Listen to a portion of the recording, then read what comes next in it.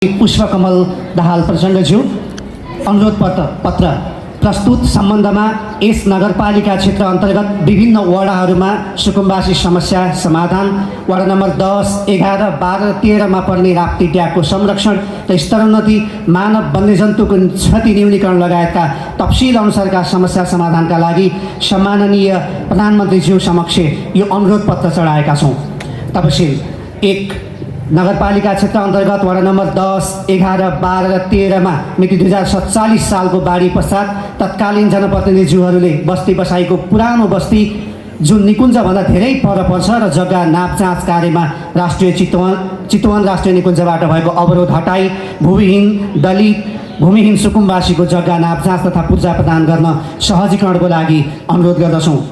महेन्द्र राजमार्गको हेटौँडा नारायणगढ खण्ड 6 लेनको निर्माण गर्दा उक्त क्षेत्रमा दुर्घटना न्यूनीकरण हुन जाने र चितवनको पूर्वी भेग पश्चिम भेगको विकास निर्माणकोमा भएको विभेद समेत कम देखिने हुँदा सो कामको लागि बजेट विनियोजन गरिदिनु हुन अनुरोध गर्दछौँ। तत्कालीन प्रधानमन्त्री स्वर्गीय गिरिजाप्रसाद कोइराला र तत्कालीन माननीय स्वर्गीय जागृत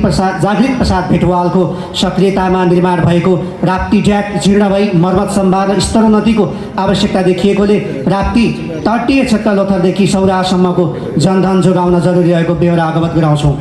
यस नगरपालिका अन्तर्गत चलिरहेको रामपुर कृषि क्याम्पसको भौतिक निर्माणको व्यवस्था मिलाई खरेडी वडा नम्बर 4 को भुटिया क्षेत्रमा स्थापित गर्ने लक्ष्य अनुसार सो कार्यको लागि तत्कालै बजेट व्यवस्था गरिदिनु अनुरोध गर्दछु। वन्यजन्तु र मानव बीचको द्वन्द्व न्यूनीकरणका लागि निकुञ्ज सिमानामा 8 फिट अग्लो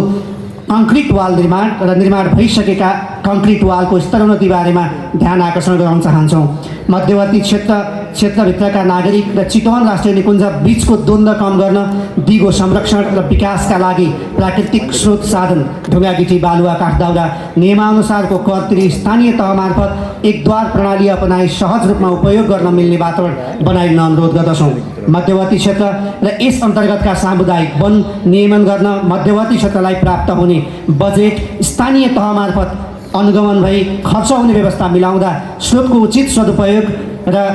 निकुञ्ज मध्यवर्ती क्षेत्र र सामुदायिक वन समेतको विवाद समाधान हुने हुँदा सो अनुसारको नीतिगत निर्णय गरिदिनु हुन अनुरोध गर्दछौँ। 8, जङ्गली जनावरबाट हुने जनधनको क्षतिको तत्काल राहत उपलब्ध गराउन कार्यविधि संशोधन गरी बाली तथा पशुधन बिमाको व्यवस्था, घाइतेलाई तत्कालै उपचारको व्यवस्था र मृतकको परिवारलाई राहत निकुञ्ज मार्फत प्राप्त गर्न कठिनाई र समयमा नै प्राप्त नहुने भएकोले सङ्घीय सरकारले स्थानीय तह मार्फत तत्कालै दिन सकिने कानुनी व्यवस्था मिलाउन अनुरोध गर्दछौँ।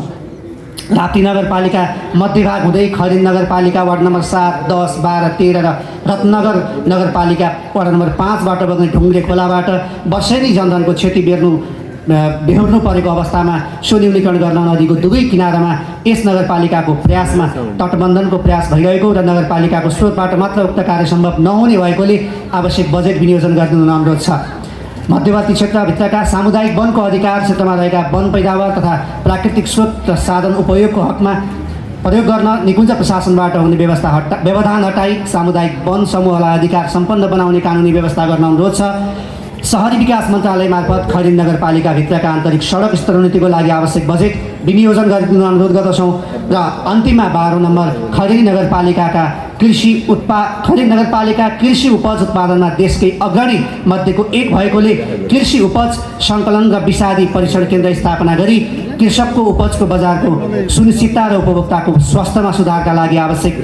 बजेट विनियोजन गर्नु अनुरोध गर्दछु। शशि कुमार खनिया, नगर प्रमुख। यो नगरवासीको तर्फबाट नगर स्थापना भएको 10 वर्ष पुरा भएको उपलक्ष्यमा 12वटा बुँदामा नगरवासीहरूको अनुरोध सम्माननीय प्रधानमन्त्रीज्यूलाई हस्तान्तरण गर्नुहुन म आदरणीय मेयर साहबलाई हार्दिक अनुरोध गर्दछु।